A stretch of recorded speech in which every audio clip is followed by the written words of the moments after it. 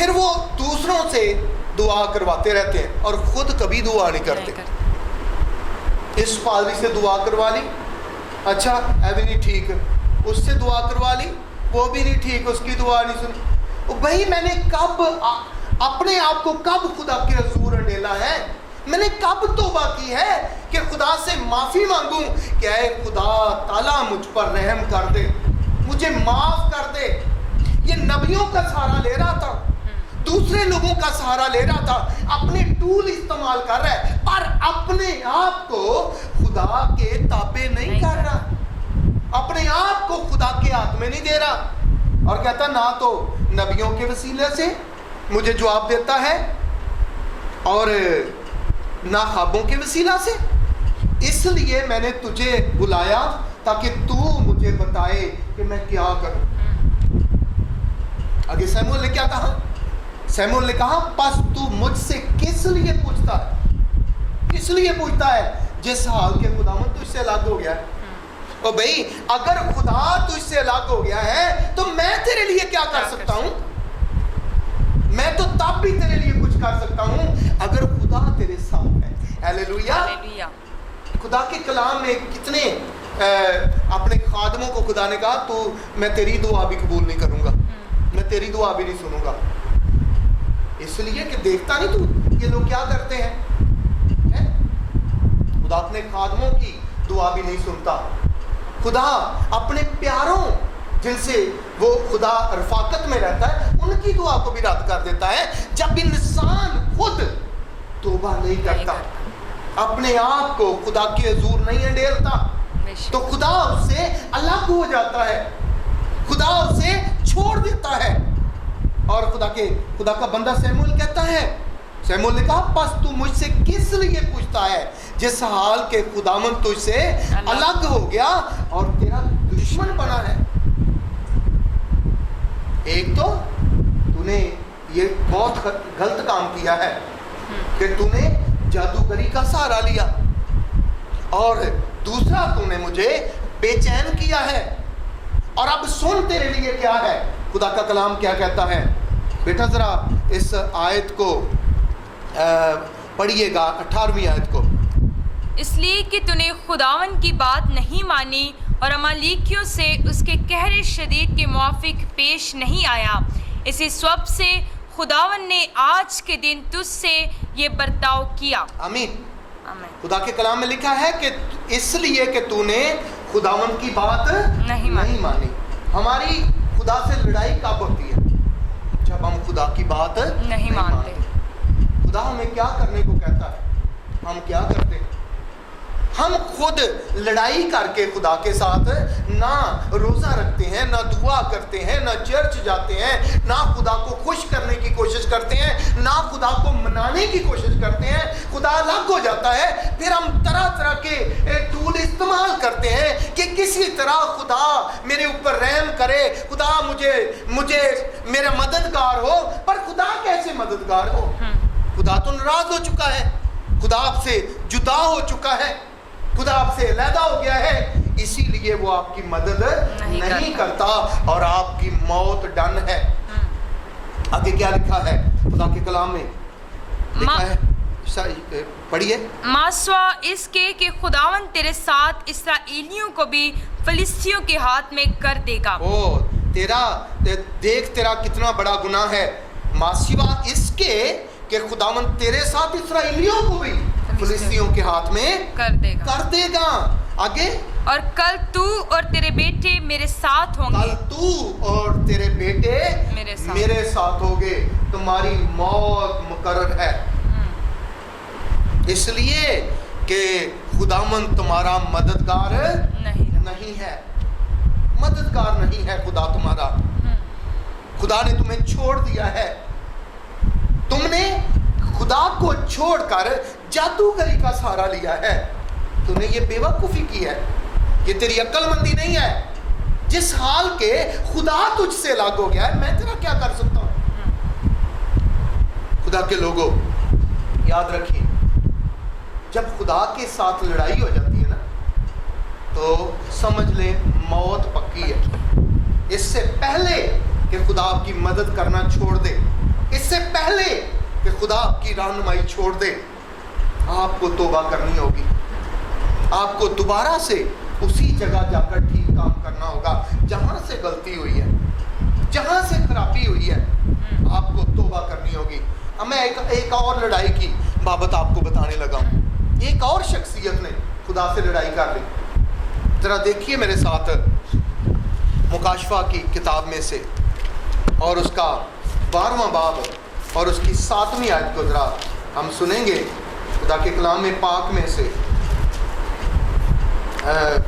یہ خدا کے ساتھ لڑائی ہے، سنیے ذرا۔ پھر آسمان پر لڑائی ہوئی، میکائیل اور اس کے فرشتے اژدہا سے لڑنے کو نکلے، اور اژدہا اور اس کے فرشتے ان سے لڑے، لیکن غالب نہ آئے، اور اس کے بعد آسمان پر ان کے لیے جگہ نہ رہی۔ آمین۔ خدا کے کلام میں لکھا ہے کہ پھر آسمان پر لڑائی ہوئی، میکائیل اور اس کے فرشتے اژدہا سے لڑے۔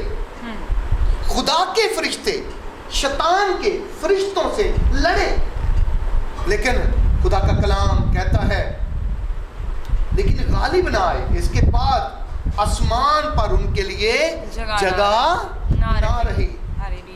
خدا کے ساتھ لڑائی کا نتیجہ کہ جہاں پر خدا نے آپ کو سرفراز کیا ہے، جو جگہ خدا نے آپ کو بخشی ہے، اگر آپ کی لڑائی خدا کے ساتھ ہو گئی تو خدا وہاں سے آپ کو پٹک دے گا، پھینک دے گا۔ وہ لکھا ہے اور پھر ان کے لیے آسمان پر جگہ ہی نہ رہی، اور خدا نے گندگی کی طرح نیچے پھینک دیا۔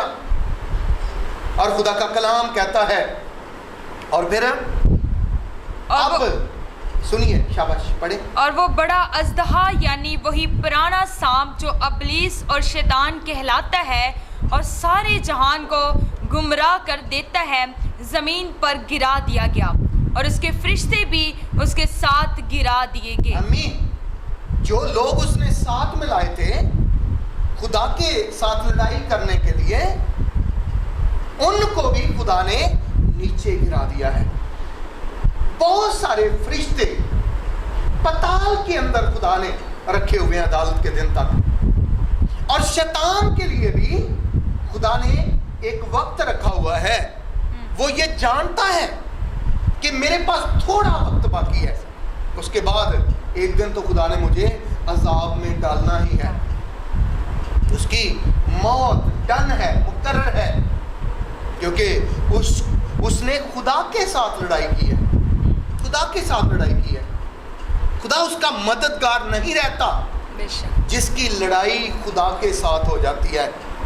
خدا کے لوگ یاد رکھیں کہ خداوند اگر میرا مددگار نہ ہوتا تو میری جان کب کی عالم خاموشی میں جا بسی ہوتی، میں کب کا مر چکا ہوتا، کب کا میں موت کے منہ میں جا چکا ہوتا۔ میرے عزیزوں، پیاری بہنوں، بھائیوں، بیٹوں، بیٹیوں، بزرگوں اور بچوں، نوجوانوں جو اس وقت خدا کا کلام سن رہے ہو، اس بات کو جان لو کہ اگر خداوند میرا مددگار نہ ہوتا تو میری جان کب کی عالم خاموشی میں جا چکی ہوتی، آپ کب کے مر چکے ہوتے۔ اگر آپ بچے ہوئے ہیں تو اس بات کا یہ ثبوت ہے کہ خداوند آپ کی مدد کر رہا ہے۔ ہالیلویہ۔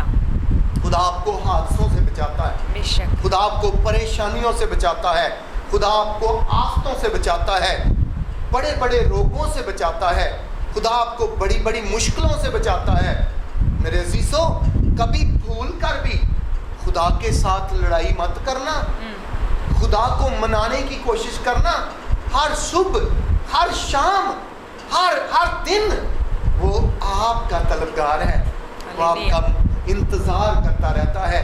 بے شک خدا کو کسی سے بھی مار کر، کسی موت سے خدا کو خوشی نہیں ہوتی۔ خدا یہ چاہتا ہے کہ ہر ایک انسان کی توبہ تک نوبت پہنچے۔ خدا کی کلیسیا، میں آج آپ کو یہی کہنا چاہتا ہوں کہ آپ خدا سے پیار کیجئے۔ خدا پیار چاہتا ہے، خدا محبت ہے، اور وہ یہ چاہتا ہے کہ انسان اس کے ساتھ محبت کرے۔ اس کے ساتھ لڑائی نہ کریں, اس کے ساتھ ناراضگی نہ کریں. خداوند مجھے اور آپ سب کو خدا اپنے کلام کے وسیلہ سے بہت زیادہ برکت بخشے. آمین. Thank you, God bless you. خداوند کا شکر ہو. میں ایمان رکھتا ہوں کہ آج کے اس کلام کے وسیلہ سے آپ سب نے برکت پائی ہے, اور میں آپ سب کے لیے دعا کرنا چاہتا ہوں. اگر کوئی بھائی یا بہن بے روزگار ہے, اگر کوئی اس وقت بیمار ہے کرونا وائرس کی وجہ سے, یا کسی اور بیماری میں مبتلا ہے, یا کوئی قرض کے نیچے ہے, یا کوئی بہن بانجھ ہے, میں آپ کے لیے دعا کرنا چاہتا ہوں. اور میرا ایمان ہے کہ خداوند آپ سب پر رحم کرے گا. بے شک. خدا آپ کے ساتھ ہے, خدا آپ کا مددگار ہے. آئیے اپنی آنکھیں بند کیجیے, اور میرا ایمان ہے خدا آپ کے ایمان کے مطابق کام کرنے والا ہے. آمین. ہیلیلویا.